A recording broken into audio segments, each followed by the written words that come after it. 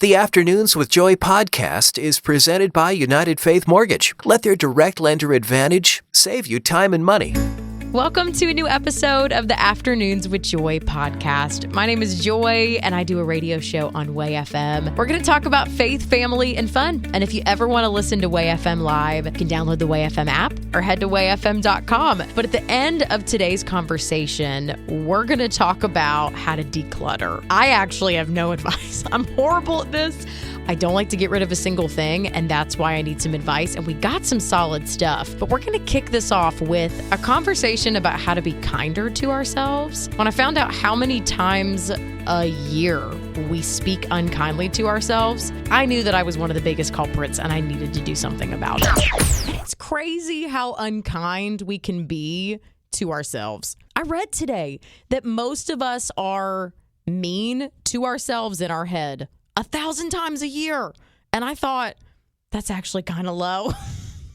This is something that I've struggled with forever, negative self-talk.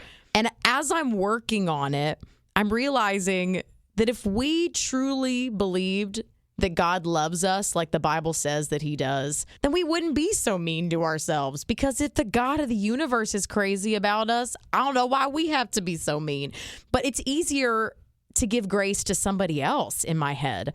I'll think, they're probably just doing the best they can, but I don't know why I can't get it together and get my laundry done. I mean, these are the kind of things that run through our head, but we would never say them out loud. So I want us to practice something together right now because I'm trying to improve on this. And I want you to call and tell me one awesome thing about yourself. I'm going to go first because I know it's awkward. I had a really great parenting moment with my child last week. And it was a whole week ago. You'll be better. I am 9 months sober from methamphetamine. What? Girl!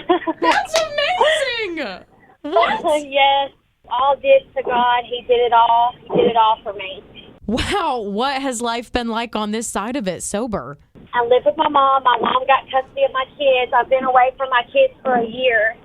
So God has done tremendous things in my life already and is continuing to work in my life. I'm just so amazed and in awe. Thank you for sharing that, because that is not an easy thing to do. And every day I wake up with a thought of you're an addict. That's all you're ever going to be. But I have to remind myself that I am loved. Yes, you that are. That I am who God says I am. You want to name your kids something special and unique that means a lot.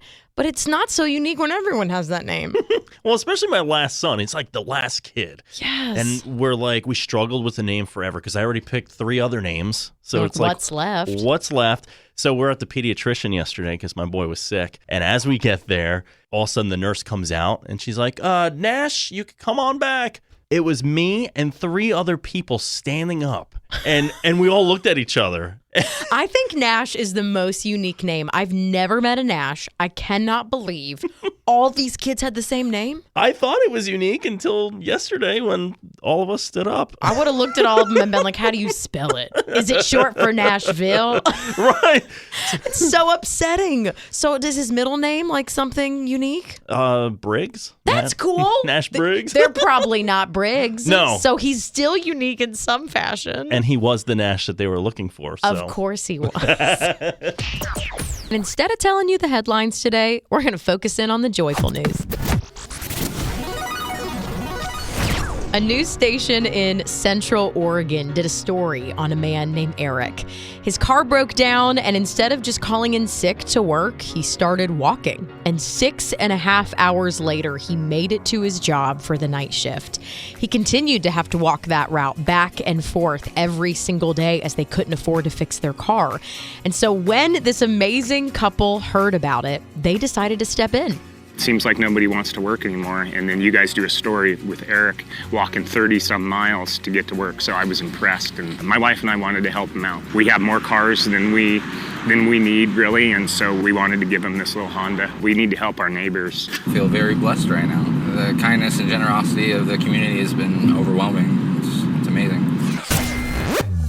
Hey, just taking a quick second to interrupt the podcast to tell you about our amazing sponsor, United Faith Mortgage. It's hard to parent by yourself. My husband was out of town a few weeks ago, and of course, that's when my son got sick and also got me sick. I don't know what we would have done without friends and family in the area. I was too sick to go to the grocery store, but we needed things, so someone had groceries dropped off. Another person came and risked their own health to watch my son when I felt better so I could go to work. See, when you have friends and family on your side, there's nothing you can't do. And I think that's why I love United Faith Mortgage, because it's a faith and family team. It's actually run by a father and son, John and Ryan, and they treat you like family. They're going to take great care of you. I know from experience. My husband and I refinanced our home with them last year. And here's what makes them so special is that they have a direct lender advantage. That means that there's no middleman, and it often can save you monthly and lifelong money. So if you want to know more about United Faith Mortgage, visit UnitedFaithMortgage.com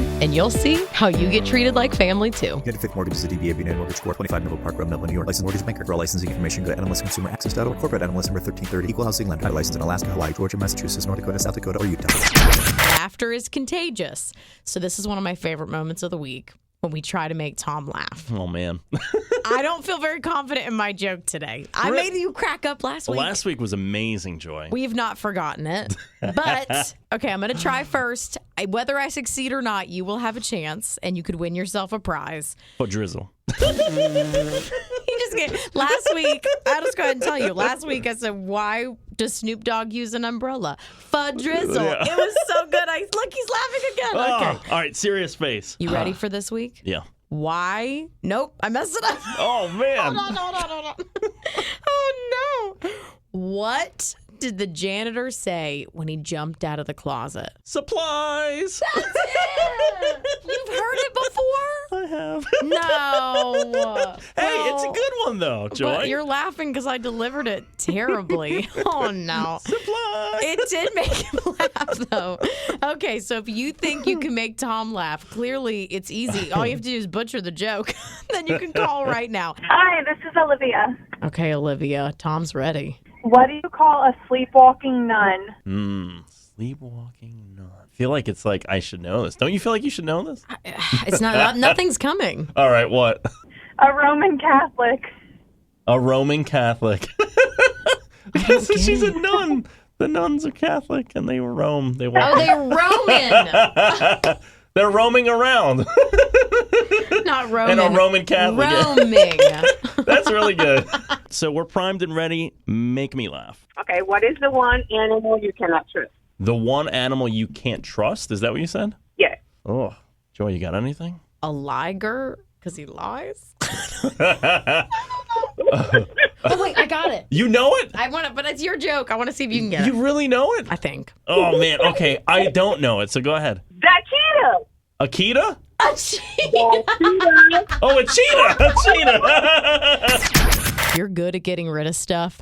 I need you in my life. I've always been a little bit of a hoarder, but I thought I got better. Read some books, watched some TV shows.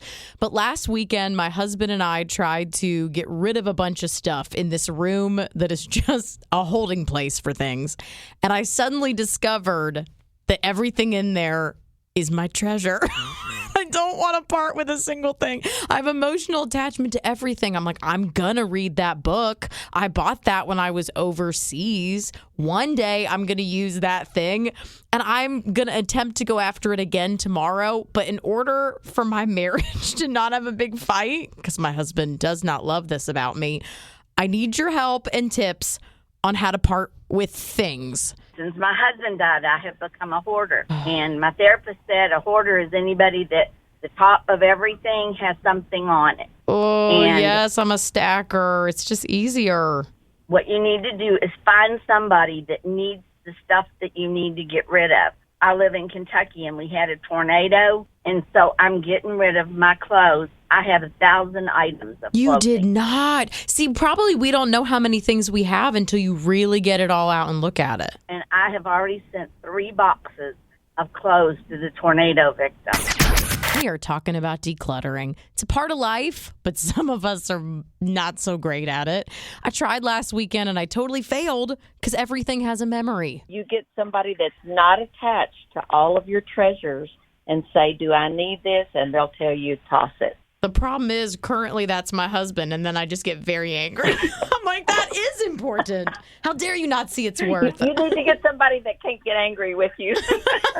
Are you busy That's tomorrow, right. girl? Or, I'm not. Come on.